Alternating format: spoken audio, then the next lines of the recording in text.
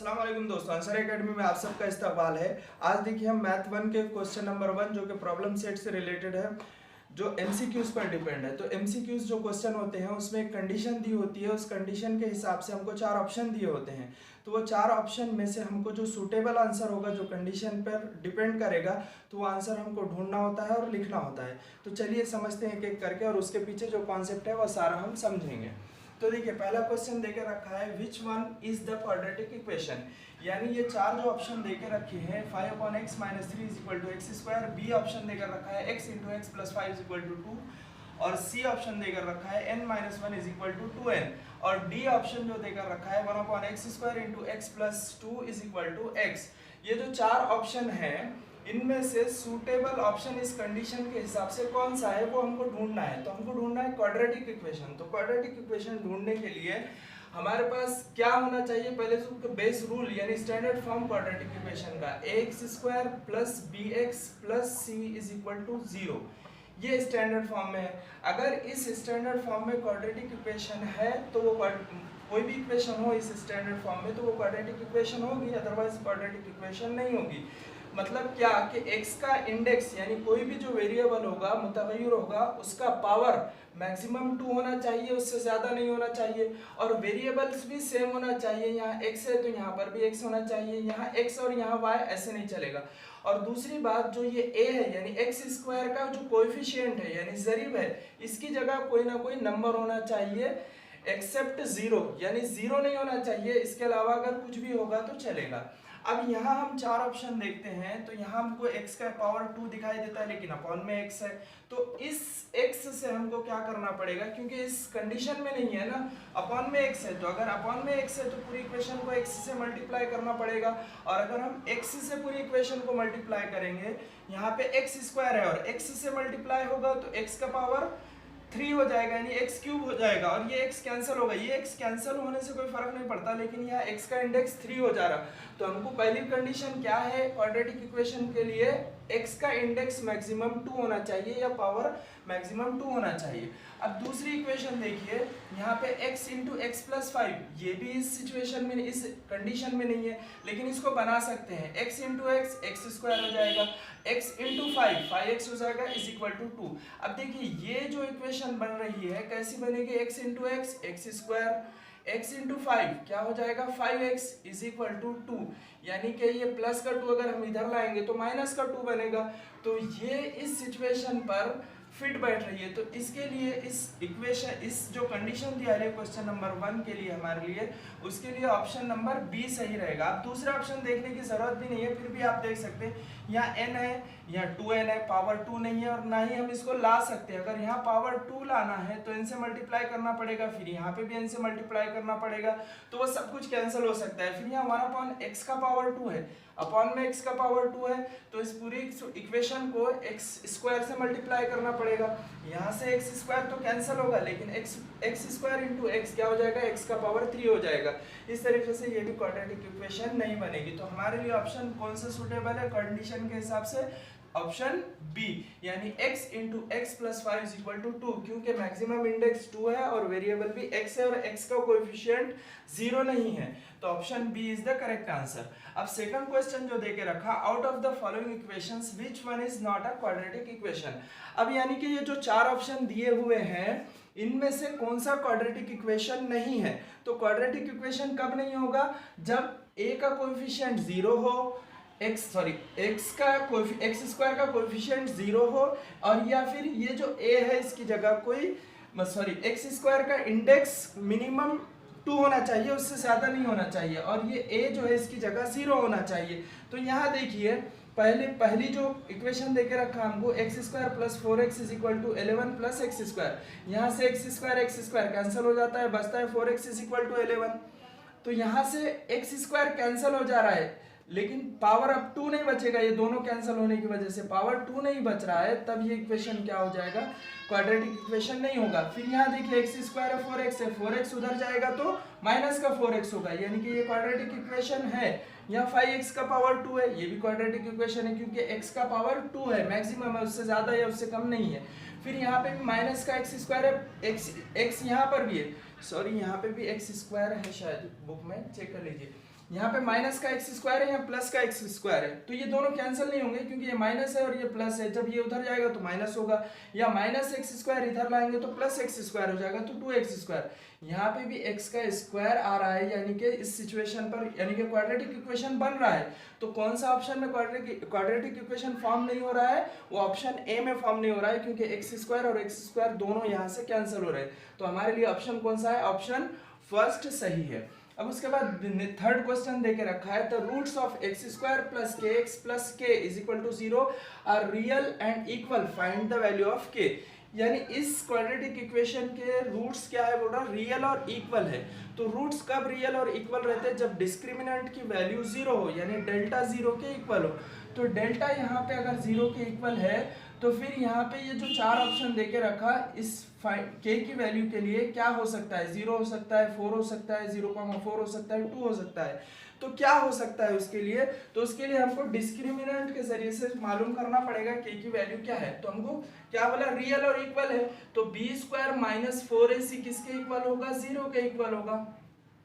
हम क्यों 0 लिख रहे हैं, क्योंकि इस इक्वेशन के लिए हमको रूट्स रियल एंड इक्वल बोला।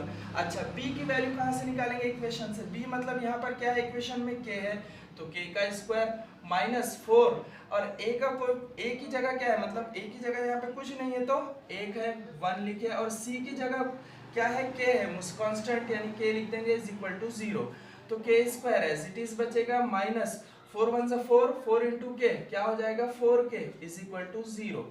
अब यहाँ से हमारे पास क्या कॉमन निकलेगा, k कॉमन निकलेगा, तो k को यहाँ से निकाल लेंगे, बचा क्या है k minus 4 is equal to 0। अब यहाँ पे देखिए k और k माइनस 4 दोनों का मल्टीप्लीकेशन 0 आया है, या तो k 0 के इक्वल होगा या k माइनस 4 0 के इक्वल होगा, इसलिए k को भी 0 के इक्वल लिखेंगे, k माइनस 4 को भी 0 के इक्वल लिखेंगे, k is equal to 0, k minus 4 is equal to 0। और सो क्या हो जाएगा, k इज इक्वल टू 0 तो आ गया, फर्स्ट वैल्यू तो मिल गई 0, लेकिन अभी और एक ऑप्शन है k इज इक्वल टू, ये माइनस 4 उधर जाएगा तो प्लस 4, यानी ऑप्शन में अब हम चेक करेंगे k की वैल्यू 0 और 4 होनी चाहिए, या तो 0 आएगा या तो 4 आएगा। तो यहाँ पे देखिए ऑप्शन नंबर सी हमारे लिए करेक्ट है। अगर हम डायरेक्ट सॉल्व करते हैं तो 0 आता है, जो कि आंसर गलत है, क्योंकि क्वाड्रेटिक इक्वेशन के आंसर हमेशा 2 आते हैं, इसलिए ऑप्शन नंबर सी हमारा करेक्ट होगा। उसके बाद फॉर क्वेश्चन नंबर नेक्स्ट देखिए, यानी question number 4, for under root 2x square minus 5x plus under root 2 is equal to 0, find the value of the discriminant. Discriminant find करना मतलब B square minus 4ac find करना, या delta find करना, या फिर हम उर्दू में कहें तो ममेज फाइंड करना, ममेज तलाश करना। तो कैसे ममेज तलाश करते हैं, B square minus 4ac delta is equal to, इसी को डिस्क्रिमिनेंट बोला जाता है, डेल्टा बोला जाता या फिर ममेज बोला जाता। तो बी स्क्वायर माइनस 4ac, ये बी स्क्वायर 4a बी की वैल्यू, a की वैल्यू, c की वैल्यू हम कहाँ से निकालेंगे इक्वेशन से। तो b की जगह यहाँ पर क्या है हमारे पास, माइनस 5 का square minus 4 as it is, a क्या है हमारे पास रूट 2, तो रूट 2 लिख देंगे, और c क्या है हमारे पास रूट 2, तो वो भी रूट 2 लिख देंगे, और उनका मल्टीप्लाई है। माइनस 5 का स्क्वायर क्या होगा, माइनस का तो प्लस हो जाएगा, और 5 का square 25 minus 4 as it is. अब ये देखो रूट टू क्या हो जाएगा, 2 हो जाएगा, और 4 से मल्टीप्लाई करेंगे तो 8, यानी 25 माइनस 8 कितना होगा 17, यानी ऑप्शन नंबर बी हमारा इस क्वेश्चन के लिए परफेक्ट है। यानी root 2x square minus 5x plus root 2 is equal to 0 के डिस्क्रिमिनेंट की वैल्यू क्या होगी, 17 होगी। फिर देखिए अब नेक्स्ट क्वेश्चन, यानी क्वेश्चन नंबर 5, 6, 7, 8। तो क्वेश्चन नंबर 5 में क्या देकर रखा हुआ है, which of the following equation has roots 3,5, यानी ये जो इक्वेशंस दिए हुए हैं इनमें से कौन से इक्वेशन के रूट्स 3 और 5 हैं। तो रूट्स कैसे हम फाइंड करते हैं, एक इसको हम सपोज कर लेंगे अल्फा है, इसको हम सपोज कर लेंगे बीटा है, लेकिन अगर आपको अल्फा और बीटा या फिर इसके बेस फॉर्म पता है इन इक्वेशंस के, तो इजीली रख के फाइंड कर सकते हैं, सॉल्व करने की भी जरूरत नहीं है। समझ सकते हैं हम क्या होता है हमारे पास, अल्फा और बीटा की वैल्यू अगर हम पुट करते हैं इक्वेशन में, तो X square minus alpha plus beta X square minus alpha plus beta X plus alpha into beta is equal to 0। तो इसमें अगर देखें हम, अल्फा हमारे पास अगर हम 3 ले लिए और बीटा 5 लिए, तो अल्फा प्लस बीटा यानी 3 इंटू 5, 3 प्लस 5 क्या हो जाता है, 8 हो जाता है। तो अल्फा प्लस बीटा की जगह यहाँ पे देखिए 8 है, यहाँ पे 8 है, लेकिन माइनस अल्फा प्लस बीटा होता है, तो ये आंसर हमारे पास सूट कर रहा है। देखिए 3 प्लस 5 तो 8 होता है, लेकिन अल्फा प्लस बीटा से पहले माइनस होता है, तो माइनस अल्फा प्लस बीटा यानी माइनस 8x, और अल्फा इंटू बीटा यानी अल्फा इंटू बीटा मतलब 3 इंटू 5 क्या होता है 15 होता है। तो हमारे लिए ऑप्शन बी यहाँ पे परफेक्ट है। चलो देखिए कैसे करते हैं। तो क्या होता है, अल्फा को हम 3 को अल्फा और 5 को बीटा समझेंगे, तो हमारे पास क्वाड्रेटिक इक्वेशन कैसे फॉर्म होती है, X square minus alpha plus beta X plus alpha into beta is equal to 0। तो अल्फा हमने किसको समझा है, माइनस आएगा यहाँ, alpha 3 plus beta 5 X as it is plus alpha 3 beta 5 is equal to 0। X square minus 3 plus 5 कितना हो जाएगा 8 X as it is plus 3 5 15 is equal to 0। It means option number B is correct for the question number 5, यानी X square minus 8x plus 15 is equal to 0 is the answer for question number 5। यानी कि इस जो equation है इसके roots क्या होंगे 3,5। अब जो नेक्स्ट क्वेश्चन देके रखा हुआ है क्वेश्चन नंबर 6 देखिए, out of the following equations, यानी जो नीचे इक्वेशंस दी गई हैं, find the equations having the sum of its roots minus 5। यानी सम ऑफ रूट्स इन इक्वेशन के लिए, ये जो फॉलोइंग इक्वेशंस है इनमें से कौन सी इक्वेशन का सम ऑफ रूट्स माइनस 5 होगा। सम ऑफ रूट्स क्या होता है alpha plus beta, sum of roots क्या होता है अल्फा प्लस बीटा, और अल्फा प्लस बीटा को हम कैसे डिनोट करते हैं माइनस बी अपॉन ए से। माइनस बी अपॉन ए इन इक्वेशन के लिए किसको सूट करेगा, देखिए माइनस बी अपॉन ए, देखिए यहाँ पे माइनस बी मतलब 15 अपॉन, अगर हम ये 15 है ये 3 है, माइनस 15 ये ऑलरेडी माइनस है और b माइनस 15 है, तो फिर माइनस माइनस प्लस हो जाएगा यहाँ, प्लस 15 अपॉन 3, तो 3 5 15 यानी प्लस का 5 आ रहा है, हमको क्या चाहिए माइनस का 5 चाहिए। तो यहाँ देखिए यहाँ 5 है, तो 5 अपॉन अगर हम 1 करेंगे तो माइनस 5 नहीं आएगा, यहाँ पे माइनस 5 है, यहाँ 3 है, ये भी नहीं आएगा। देखिए 15 है, अब यहाँ पे इसकी वैल्यू रखेंगे minus as it is, b की जगह यहाँ 15 और a की जगह हमारे पास क्या है 3 है, तो 3 पुट कर देंगे तो हमको वैल्यू मिल जाएगी माइनस 5। तो option D is correct for equation question number 6। मतलब इस इक्वेशन के सम ऑफ रूट्स निकालेंगे तो कितना आएगा माइनस 5 हमको आंसर मिलेगा। अब क्वेश्चन नंबर 7 देखिए, root 5m square minus 5m plus root 5 is equal to 0, which of the following statement is true for this given equation. यानी इस इक्वेशन के लिए नीचे दिए गए जो 4 स्टेटमेंट है, बयान है, उनमें से कौन सा बयान परफेक्ट सूट होता है इस इक्वेशन पर। क्या बोल रहा है, रियल एंड अनइक्वल रूट्स। इस इक्वेशन के रूट्स कैसे रियल एंड अनइक्वल है, क्या है चेक करेंगे, रियल एंड इक्वल रूट्स है या फिर रियल भी है और इक्वल भी है, roots are not real imaginary है। 3 रूट्स, तो 3 रूट्स तो ऐसे ही कट हो गया क्योंकि इस कोई भी क्वाड्रेटिक इक्वेशन के आंसर सिर्फ 2 आते हैं, तो ये ऑप्शन तो यहाँ से कट हो गया। Real and unequal, real and equal roots are not real. Real and unequal root कब रहते, जब हमारे पास डेल्टा की वैल्यू, डिस्क्रिमिनेंट की वैल्यू कोई प्लस नंबर आया, प्लस नंबर मतलब 0 से बड़ा होना चाहिए, तो उस कंडीशन में क्या होंगे, roots are real and unequal.